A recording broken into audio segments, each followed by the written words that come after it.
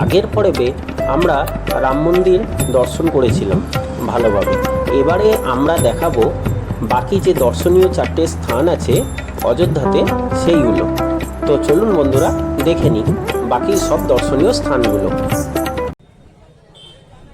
দেখুন বন্ধুরা, সরজু ঘাট থেকে 25 টাকা দিয়ে টোটো করে আপনারা মাধুরীকুঞ্জতে চলে আসবেন। এটা হচ্ছে মাধুরীকুঞ্জ, রাধাকুঞ্জ বা মাধুরীকুঞ্জ। এর সামনেই আছে হনুমানগাড়ি। এটা ঢোকার মুখে প্রথমে মাধুরীকুঞ্জ পড়বে, আপনারা দেখে নিন। আগে আরও দেখাচ্ছি। ভেতরে মোবাইল মনে হয় অ্যালাউড নেই, তবু আমি চেষ্টা করব যতটা দেওয়া যায় আমি দেব ভিডিও।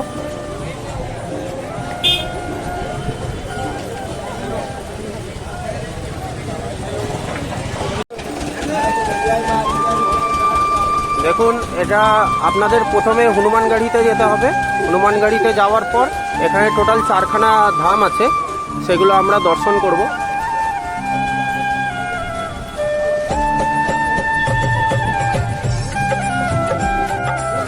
জয় শ্রীরাম।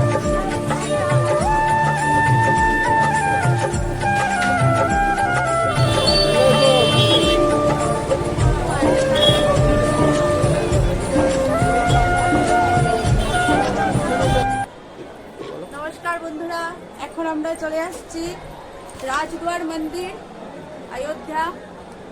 আমরা হনুমানগড়ি যাচ্ছিলাম, কিন্তু বিশাল ভিড় লাইনে, অনেক সকালে আসতে হয়, তাই এই লাইনে এখন ভর দুপুরে যেতে পারলাম না। তার জন্য এখন আমরা রাজদুয়ার মন্দির যাচ্ছি দেখতে। চলো দেখে নেই। জয় শ্রীরাম। জয় শ্রীরাম। এই দেখুন বন্ধুরা, এটা হচ্ছে রাজদুয়ার মন্দির, অযোধ্যা রাজদুয়ার মন্দির। দেখে নিন বন্ধুরা, এটা অনেক প্রাচীন মন্দির।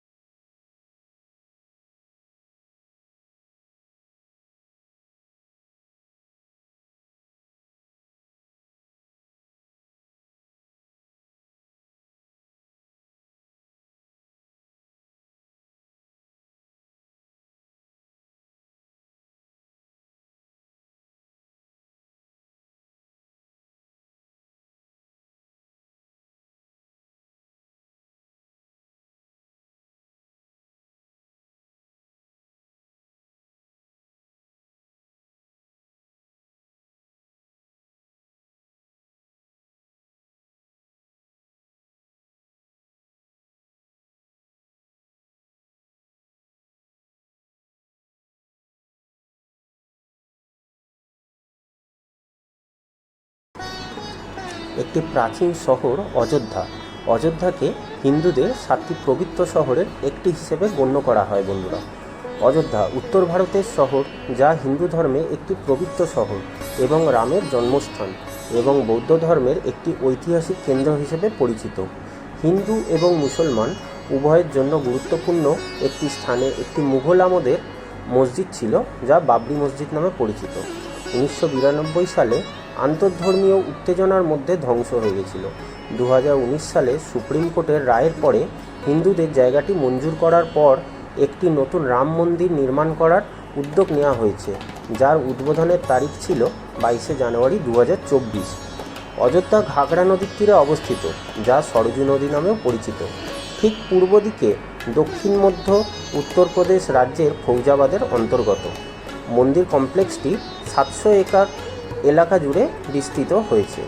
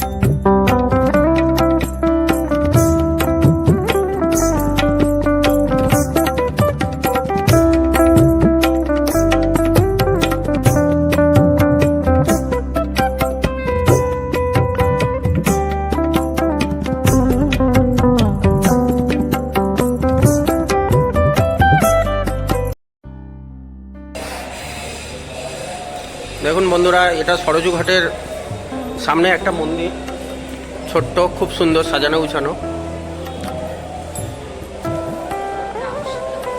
রামসীতা মন্দির এটা।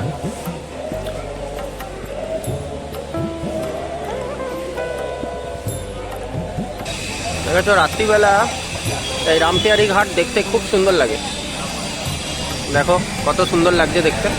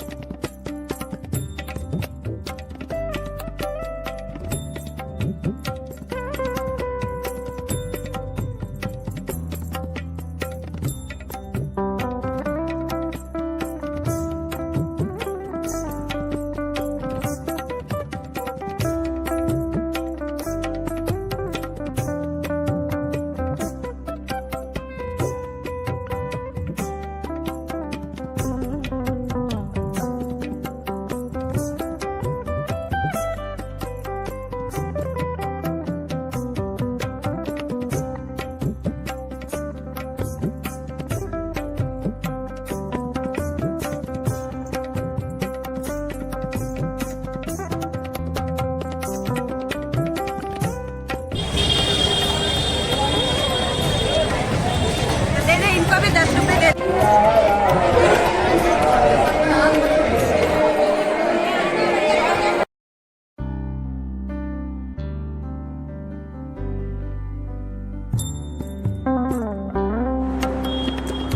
হনুমানগড়ি মন্দিরটি একটি চারপাশে দুর্গের মতো আকৃতির, যার প্রতিটি কোণে বৃত্তাকার প্রাচীর রয়েছে, যেখানে প্রাথমিক দেবতা হনুমানজিকে উৎসর্গ করা মন্দির রয়েছে। মূল মন্দিরে পৌঁছানোর জন্য ৭৬টি সিঁড়ি রয়েছে, যেখানে রৌপ্য খোদাই দিয়ে সজ্জিত গৃহগর্ভ অপেক্ষা করছে। সেন্ট্রালটিতে 3টি জটিল নকশা দ্বারা দরজা রয়েছে, যা আভ্যন্তরীণ চেম্বারের দিকে যায়। ভিতরে হনুমানের একটি 6 ইঞ্চি দেবতা তার যৌবন বালরূপে চিত্রিত তার মা অঞ্জনীর কোলে অবস্থান করছেন। একটি রূপার তুলসীর মালা, রামের নাম খোদাই করা হনুমান শোভিত। হনুমান চল্লিশা শ্লোকগুলি মন্দিরের দেওয়ালে খোদাই করা আছে। মন্দিরটিতে একটি বিজয়স্তম্ভ রয়েছে, যা বিজয়স্তম্ভ নামে পরিচিত বন্ধুরা।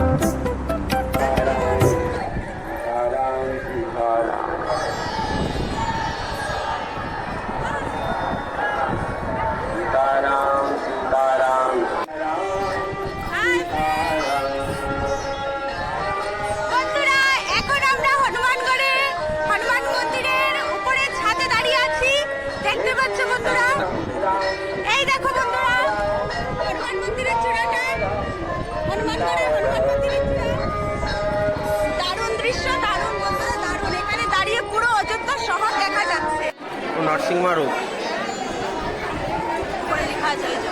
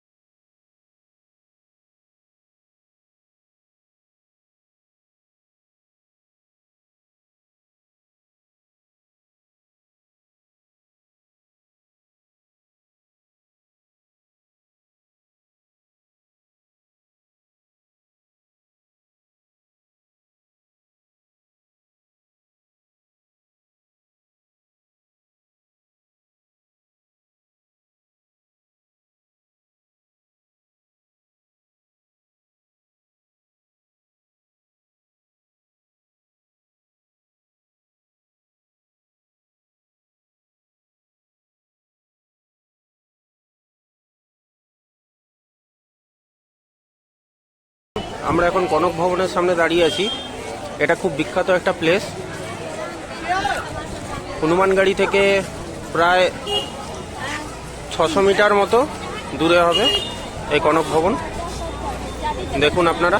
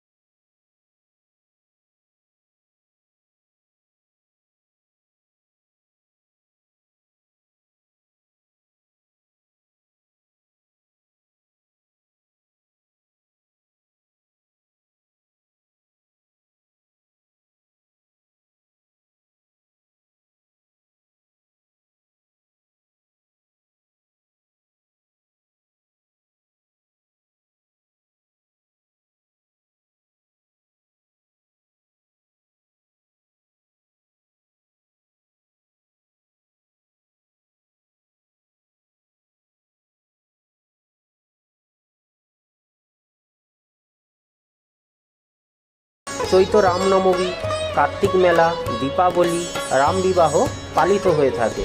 তাই যদি অযোধ্যার রাম মন্দির দর্শনে যান তাহলে একবার হলেও এই দশরথ মহল থেকে ঘুরে আসতে পারেন বন্ধুরা।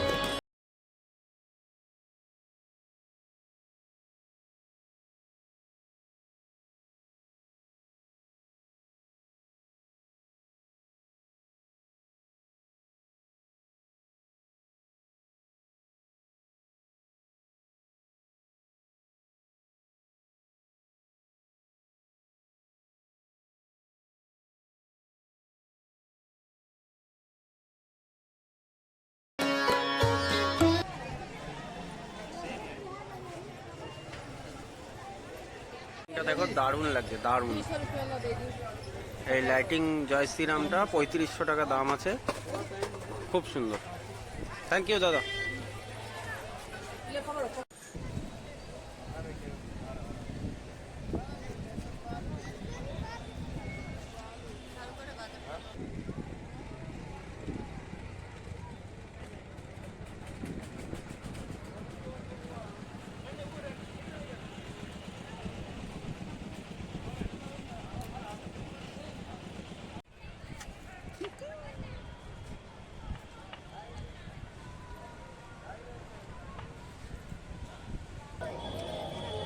এটা আরতি ঘাটের রাস্তা, এটা দিয়ে আপনারা সোজা গেলে আরতি দেখতে পাবেন।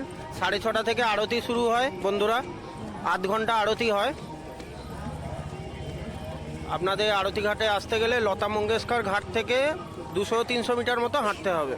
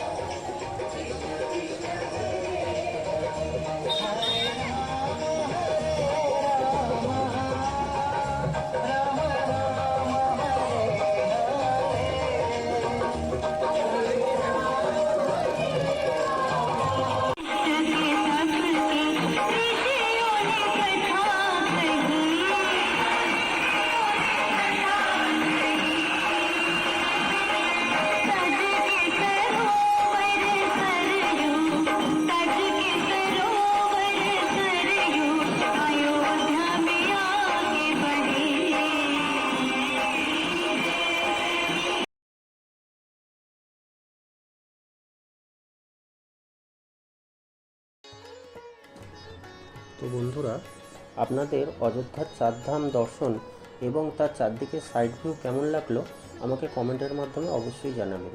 আর আমি ভিডিওর লাস্টে সরজুঘাটের আরতিটাও দিয়েছি। এই আরতি দেখতে বহু মানুষ অনেক দূর দূর থেকে এই স্থানে আসেন, তাই জন্য আমি আরতিটাও কভার করলাম। আপনাদের